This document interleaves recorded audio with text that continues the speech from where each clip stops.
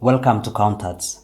Here I'm quickly going to show you how to reset the financial calculator Texas Instrument BA2 Plus. So how do you do that?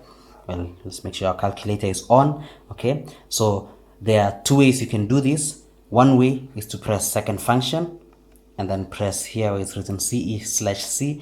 On top it's written clear work. Okay, you can do that. Okay, that's one of the easiest way, and that's the common way students or people usually clear their calculator with. Okay, but what is the issue with that? It doesn't clear your entire memory, it doesn't reset your calculator. Okay, so it will need you to display some of the inputs on the screen for it to be totally cleared. Okay, so that's not the way you fully reset your calculator. So what is the way you do that? Well, it's easy.